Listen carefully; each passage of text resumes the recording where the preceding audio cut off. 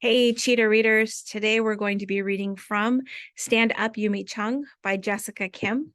This is one of the 2023 Sasquatch Book Award nominees. We do have a few options for how you can choose to read this book. I am currently logged in to Destiny Discover, and I'm going to type in the title. And when I do that, we'll see that I have available to me the print version, the ebook option, and the audiobook option, all three of which are great ways to read books for our reading challenge this year. I'm going to go ahead and open the preview so that we can read along together, and we'll read the sample.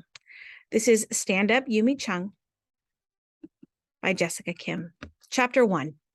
I should have known better than to think anyone would listen to me at the Korean beauty salon.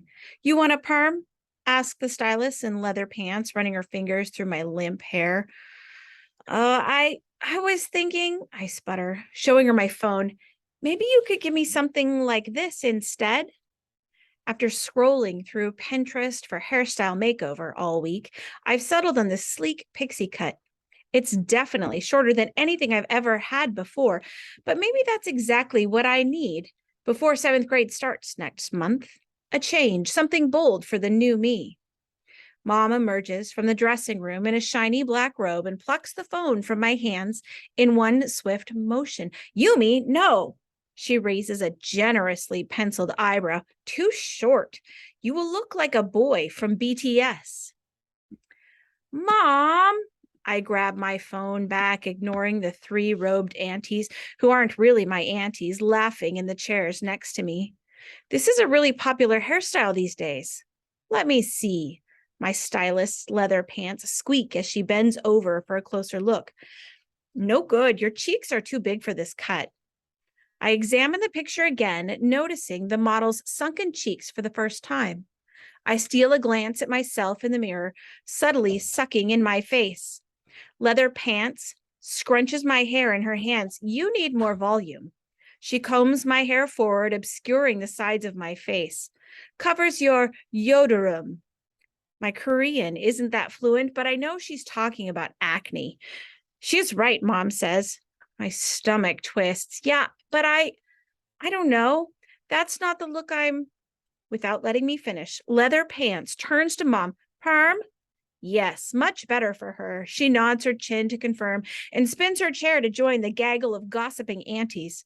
Before I can object, they're back to swapping intel. Did you hear that Kim Moksa Nim from Hosanna Baptist is sending his son to Cornell? How about his other son, tall lawyer? Mom gives them a knowing glance. He's the same age as my older daughter. Oh, brother, not this again. Meanwhile, a sharp chemical odor stings my nostrils as strands of my hair are twirled around spools attached to a giant octopus-like machine. So this is what disappointment smells like. Another perm. So much for the new me. When my hair is completely rolled up, the perm machine and I are sent to the ventilated lounge for a half hour to marinate. Good thing I brought my new super secret comedy notebook. I take it out from my bag and jot down something I've been thinking about. It's really frustrating that my parents compare me to their friends' kids.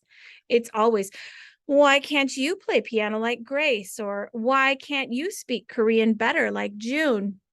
The other day, they were telling me, did you know that Minji got into Harvard? I said, Mom, give me a break. I'm only 11 years old. Then she tells me, Minji is 9.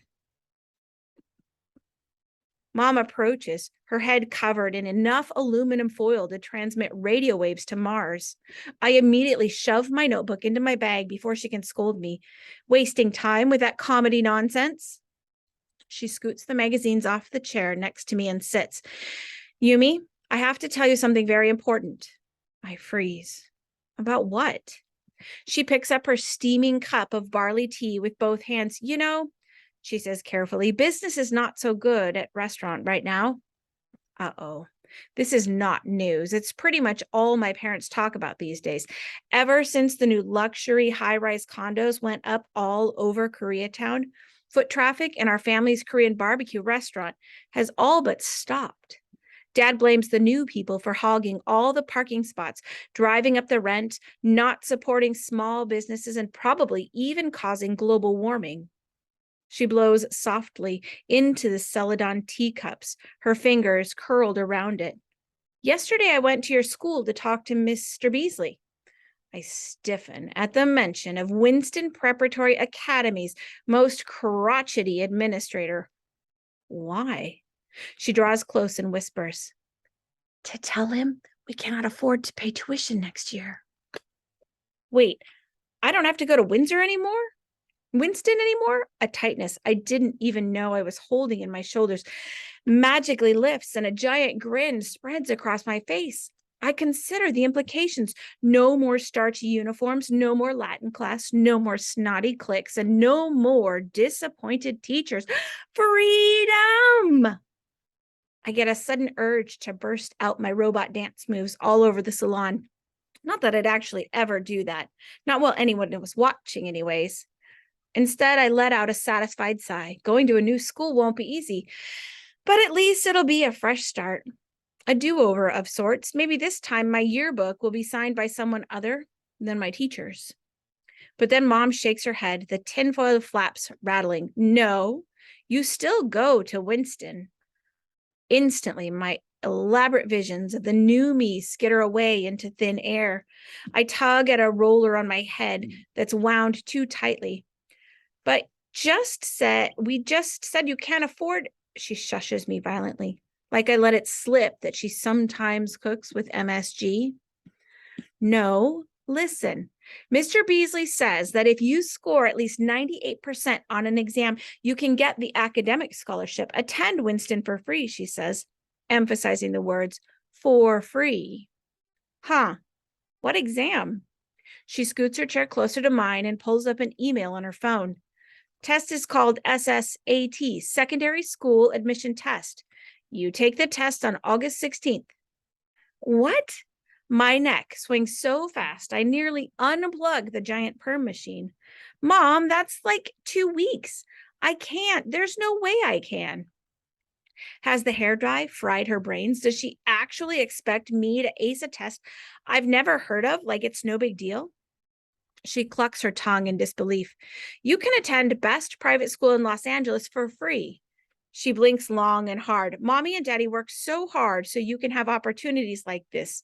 You must do it. This is Mom's go-to move for guilting me into doing something I don't want to do. Whenever she senses even an ounce of resistance, she bursts out with, we came here from Seoul to work 7 days a week, sacrificing everything. Why? For you. So you, insert undesirable thing here, play piano, go to Korean school, learn Taekwondo. It's like baking soda, useful in so many different scenarios. I'm dying to know what non-immigrant parents say to coerce their kids. Just then, Leather Pants pops in to check on us. She pokes around my scalp with the pointy end of a comb and readjusts the dials on the machine. Everything okay? Yes, I tell her, despite my nerves shooting through the roof. She leads us to the main room of the salon. Mom straightens her robe. Yumi, if you study very hard and graduate with good grades from Winston, you can go to top university like your sister, she says, this time loud enough for the aunties to hear. Ugh. Leave it to Mom to steer this back to my sister and her 1,000,001 academic achievements, as if they have anything to do with me. Hello, Yuri is literally a genius, an actual card-carrying member of Mensa with an IQ of 155, and I'm just me. But that doesn't stop my parents from holding me to their impossible standard to inspire me. It's the most unfair thing ever. But I can't, my scalp is burning. I can't tell if it's the chemicals or Mom getting under my skin. Her posture softens and she pats my knee. Do not worry, I signed you up for a Hagwon to help you prepare for test. I recoil. Not Hagwon. The last place I want to be on my summer break is a classroom. My head feels like when the computer mouse turns into the spinning rainbow. Wheel. But I don't want to. Studying Hagwon is better than wasting time watching YouTube jokesters all day. Jokester? My breath catches in my throat. Mom, Jasmine Jasper is not a jokester. She's only the creator of the most hilarious kids comedy tutorials on YouTube, not to mention my personal hero. Too much screen time. Rots brain. You need to study. She pulls down the hairdryer dome over my head. The dryer roars to life when she flips the switch, drowning me out completely. Thanks, Mom, for flushing what's left of my summer vacation down the toilet. Swirling, swirling, swirling, whoosh, flush. The perm machine emits a series of ear-splitting beeps, and Leather Pants scuttles back to take out my rollers. When she's done, she sprays some fruity-smelling product in my hair and gives it another scrunch. Scrunch. You like? She twirls my chair around, and I'm facing the mirror. I run my fingers through the still wet ringlets on my shoulders, vexed. It's just like it was before, I tell her, with a forced smile. My hair looks like top ramen noodles, but I don't say anything. Why bother? No one listens to me anyway.